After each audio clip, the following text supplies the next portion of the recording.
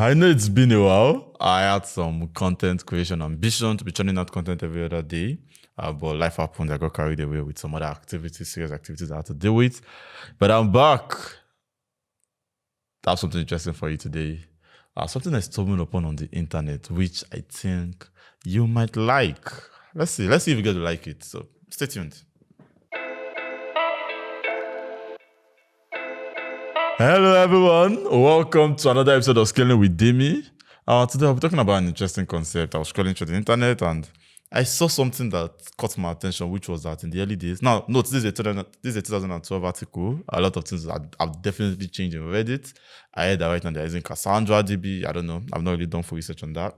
But what caught my attention was this article that stated that Reddit had only 2 tables in their database. And for those that don't really know how the genius or why this is weird, let me explain what the database is to you first, right?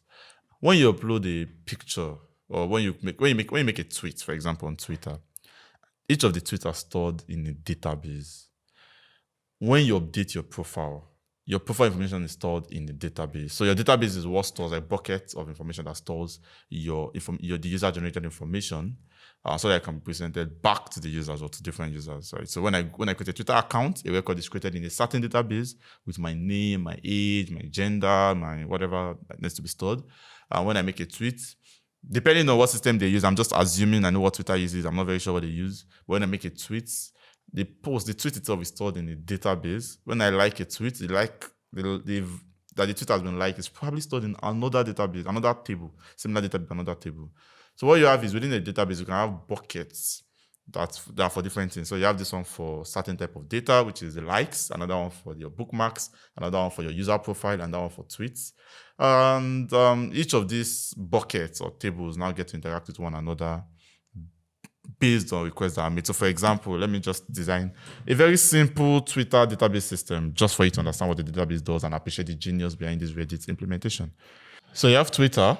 Under Twitter, you have different things that need to be stored, different type of data. Note, I'm not saying this how Twitter exactly does it. I'm just assuming based on how, it's like this first thing that comes to mind.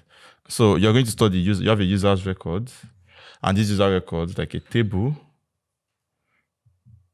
that stores the name, the age, probably the gender, and some other information, right? Simple stuff. Then you have the tweets table.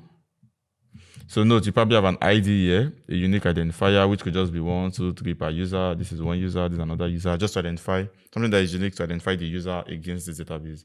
Then you have another tweets table where you store the tweets, the tweet ID, which is another ID, and a user ID.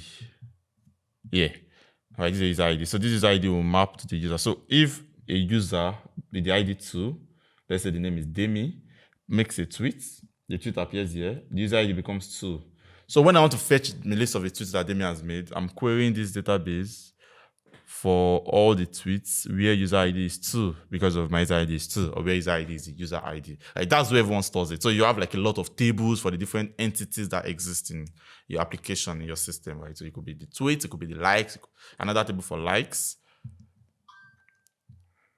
And the likes has the tweet ID and the user ID and the liker ID. I know that doesn't mean anything, but like the ID of the person that is liking, the ID of the tweets. You have another tweet for bookmarks. And you have another table for bookmarks, which contains the tweet ID, the user ID of the person bookmarking. So you just have all these tables scattered around. And the problem with this is, it's not really a problem because everyone uses it, but the challenge this might pose for some systems is you have to make a lot of complex joins just to generate a particular data. So I want to fetch information about my profile and myself with all the tweets I've liked, and all the tweets I've bookmarked, all the tweets in my profile. I have to start doing fetch from this table and join with data from this table where this is equal to this and this is equal to this. And I could start doing a lot of complex joins. And yeah, everybody does it. It's not much of a big deal. But this could also, they must have thought that this could have become more of a problem as they start replicating your data to create more resilience.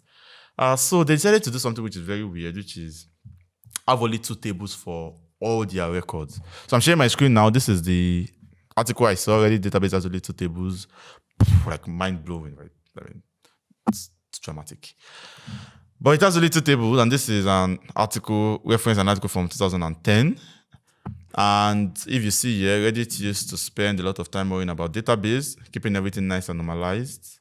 And the schema updates became very slow as it got bigger. Adding a column to like a 10 million rows takes a lot of work because of you have to lock it and things can get really messy. There are systems that handle this more gracefully in 2022 when I'm recording this. But I mean, maybe at this point it was a very big problem for them at this scale. And they use a lot of replication for backup and scaling. Schema updates and maintaining replication was a pain. And they would have to restart the replication and could take a day without backups, go a day without backups. Deployment is a pain because you have to orchestrate how new software and database upgrades happen. I mean, these are some of the problems that Reddit claim to be facing. I mean, I hope we all know Reddit. I mean, Reddit is that. If you don't know Reddit, let me just go to Reddit site. The popular website, network of communities. So they have very complex data structures because they are storing a lot of posts. And under a post, you can... So let me open this. Okay, no, this is an ad. Oops. So let me open a post. Learning history as a 90 kid. So under a post, you can have comments and other comments. You can have nested comments and nested comments and nested comments. So, I mean, they could have very complex joins. So back to the problem they were having. So deployment was a pain because you have to orchestrate all new softwares and new database upgrades happen together. And so instead of keeping each of these entities, like I said, the entities are the users, the posts, the tweets, the likes, the bookmark. Entities are just something you need to store that can be retrieved later or useful for something later, right? So each of these entities, rather than storing it in their own unique buckets, in their own unique table, they decided to do something interesting, which was to create two tables instead. I mean, I would have probably created multiple tables for this and stored each of it in their own tables. But they created two tables, which was a scene table and a data table. Right. So they created a scene table and a data table. Note, the general convention would have been to create a table per entity, to create a table per scene in this case, right? The scene kind of like represent the entity. So you have created a table for users, for posts, for tweets, for likes, for bookmarks. But they went ahead and created just two tables, a scene table and a data table. So everything in Reddit is a scene. The users, the likes, the comments, the subreddit, the awards, these are scene. And then they kind of like know the thing preemptively. They know what they are going to be storing in the database that would have represented different tables, like the likes, the users, the comment, the subreddits, the awards. And they decided to now populate that into the thing table, give it an ID. Let me just make a sketch here. So yeah, they have a thing table.